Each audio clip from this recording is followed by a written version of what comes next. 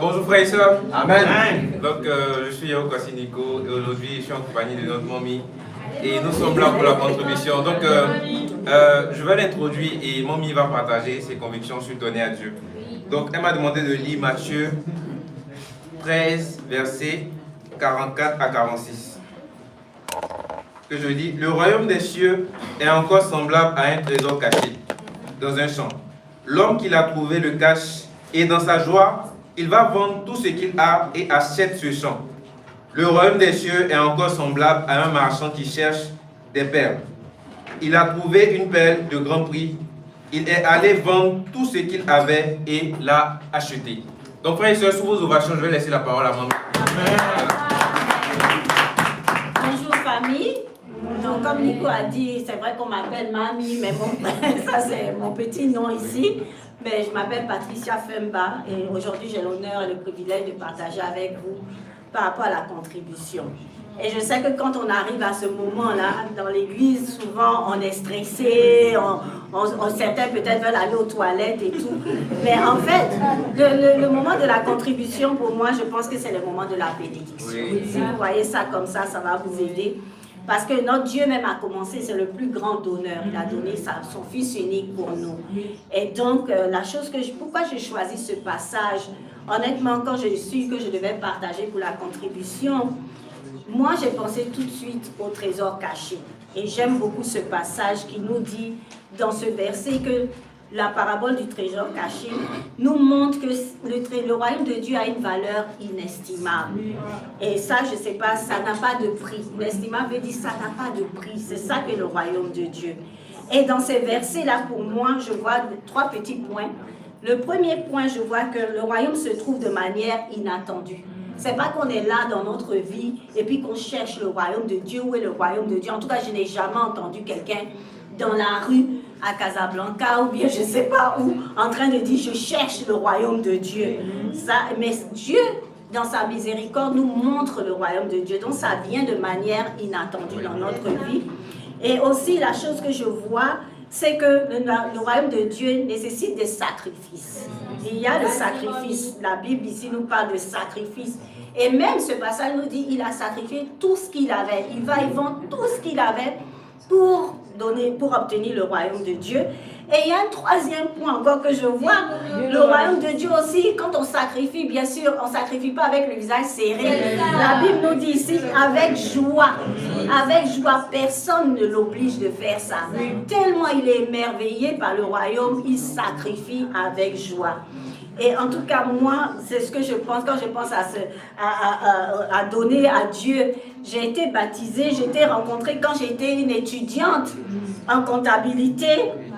Vous voyez, j'aime quand même les chiffres, et puis les gros chiffres aussi. Et donc, je vivais ça et là, vivais dans ma vie. J'avais des plans incroyables. Je voulais devenir expert comptable, changer la vie, construire un grand orphelinat, faire tout ça. Tout ça, c'était ma vie.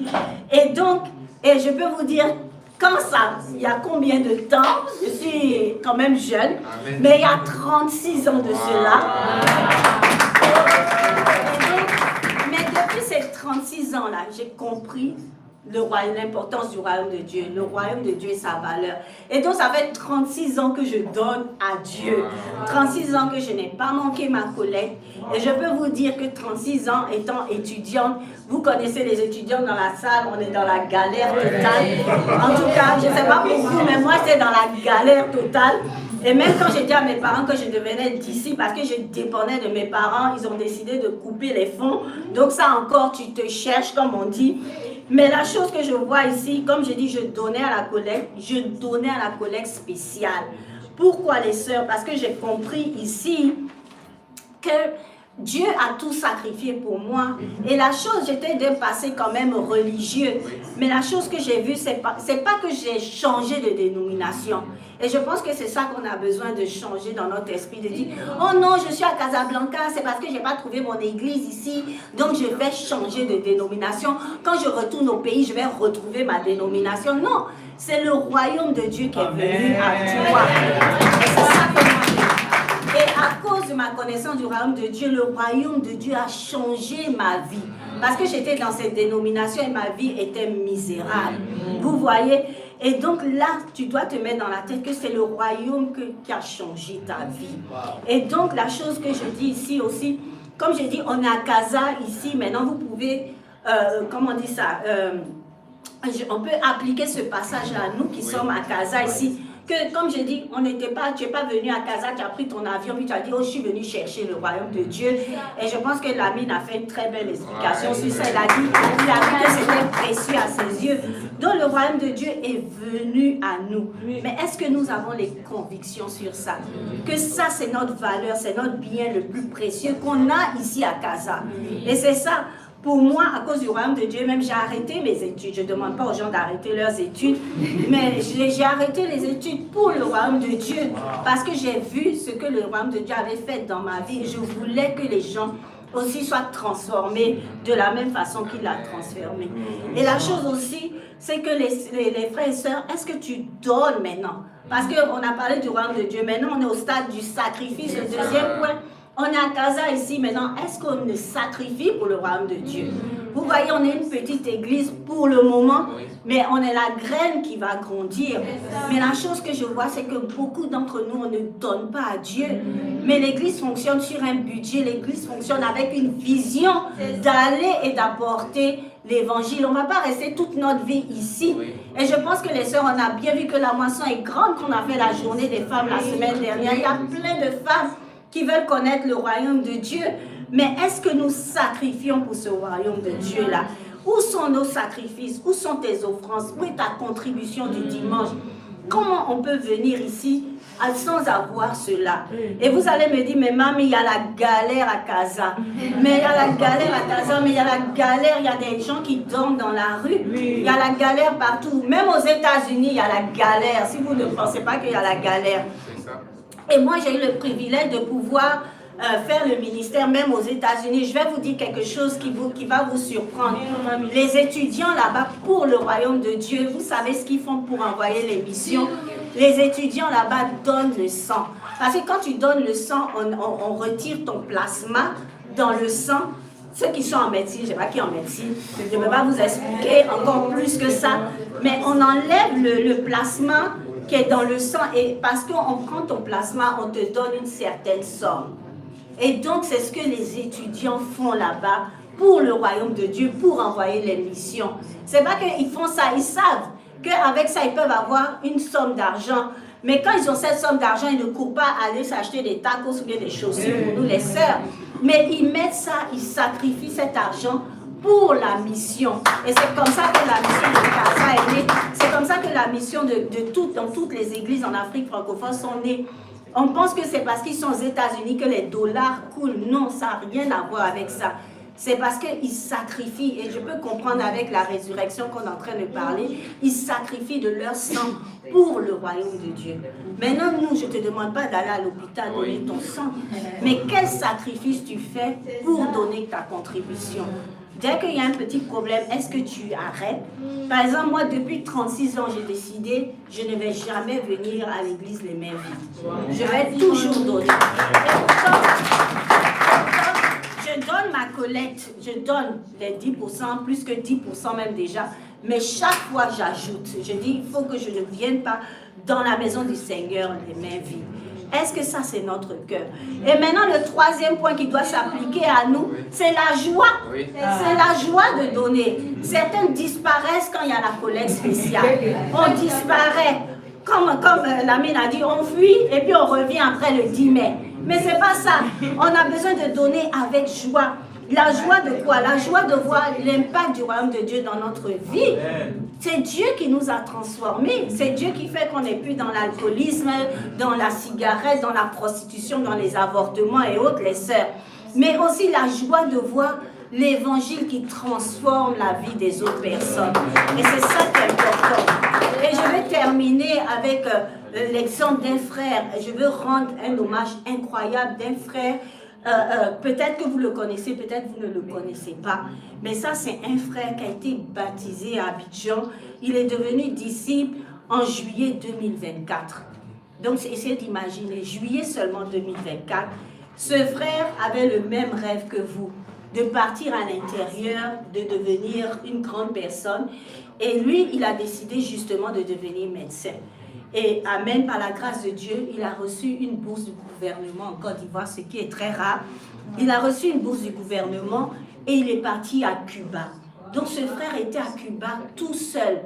Mais qu'est-ce qu'il a fait? Tellement le royaume de Dieu était sa perle rare, ce frère-là n'est pas allé se chercher, aller dans des autres dénominations, ou bien il n'est pas, comme on dit ça, compromis ses convictions. Ce frère a commencé une DB seul dans son université à Cuba. Quand il a commencé cela, vous savez ce qui est venu de là? Il étudiait la Bible avec les frères et sœurs, avec des filles même.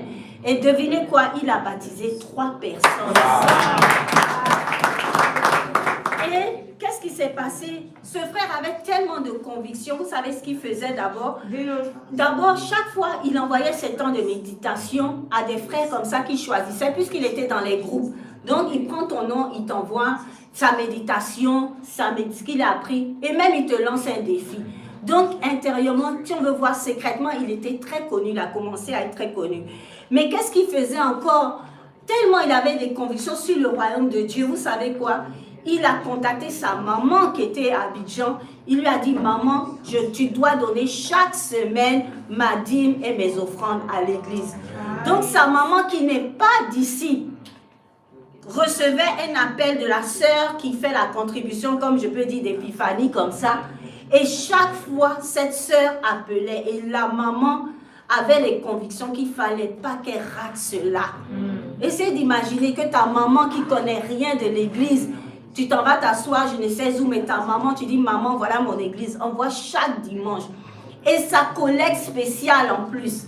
Mais vous savez quoi, ce frère n'a jamais manqué cela. Et ce qui fait que sa maman, sa maman n'a jamais vu la sœur, le visage de cette sœur qui l'appelait. Mais vous savez quoi? Malheureusement, la semaine dernière, on a appris que ce frère était tragiquement décédé à Cuba. Vous voyez? Mais vous savez, la bonne nouvelle, c'est qu'il a compris ce que c'était le royaume de Dieu. Il a donné chaque fois avec joie. Il a investi et je suis persuadée qu'il va voir son salut. Il va voir le visage de son Seigneur, les sœurs. Vous savez comment vous avez été choqués? Et son nom, c'est Emmanuel. Et la chose qui est formidable, quand on a annoncé sa mort, son décès sur les WhatsApp à l'église, tout le monde a commencé à partager. Mais attends, mais il m'a envoyé ce message, il m'a envoyé ça. Et moi-même, il m'a envoyé 10 jours avant, un message de toute sa méditation sur la prière. Vous voyez? Et c'est ça que je voulais partager aujourd'hui avec vous. Que cette parabole-là nous invite à examiner ce qui occupe la première place dans votre vie. Est-ce que c'est le royaume de Dieu? Est-ce que tu vas sacrifier pour ce royaume de Dieu? Et est-ce que tu vas donner avec joie? Je vous remercie. Amen. Donc, frères et sœurs, je pense qu'on doit encore ovationner. On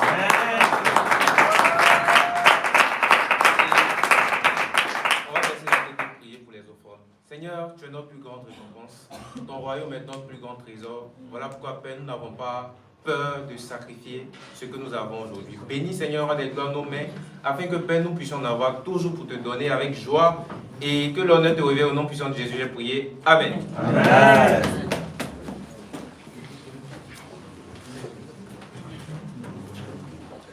Ok, frères et sœurs, à présent, on va se disposer, on va se lever et nous allons donner à Dieu avec un cœur joyeux. Amen. Il est juste et bon, offrir à Jésus toute sa vie.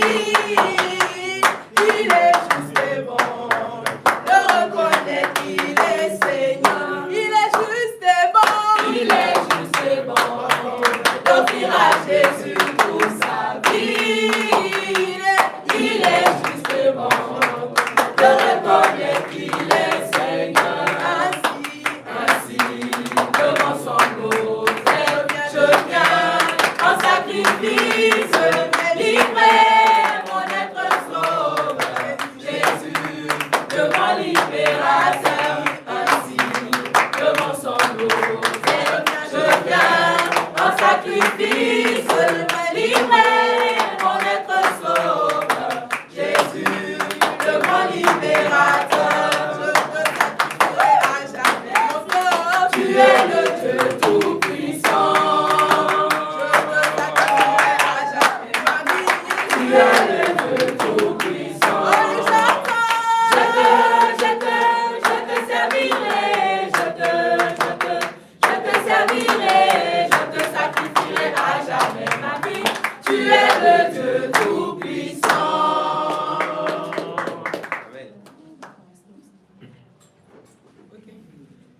On va chanter le chant qui dit humilie-toi. Humilie-toi devant. Oui. Oui. Ok, d'accord. Ok. Humilie-toi devant le Seigneur. Humilie-toi devant le Seigneur. Humilie-toi devant le Seigneur. Humilie-toi devant le Seigneur. Et il t'élèvera. Et il t'élèvera. Oh, quelle grâce il a fallu. Oh, quelle grâce il a fallu. Oh, quelle grâce il a fallu. Oh, quelle grâce il a fallu. Pour que moi, pauvre humain, pour que moi, pauvre humain, je sois héritier du salut. je sois héritier du salut. Je sois héritier du salut. Je sois héritier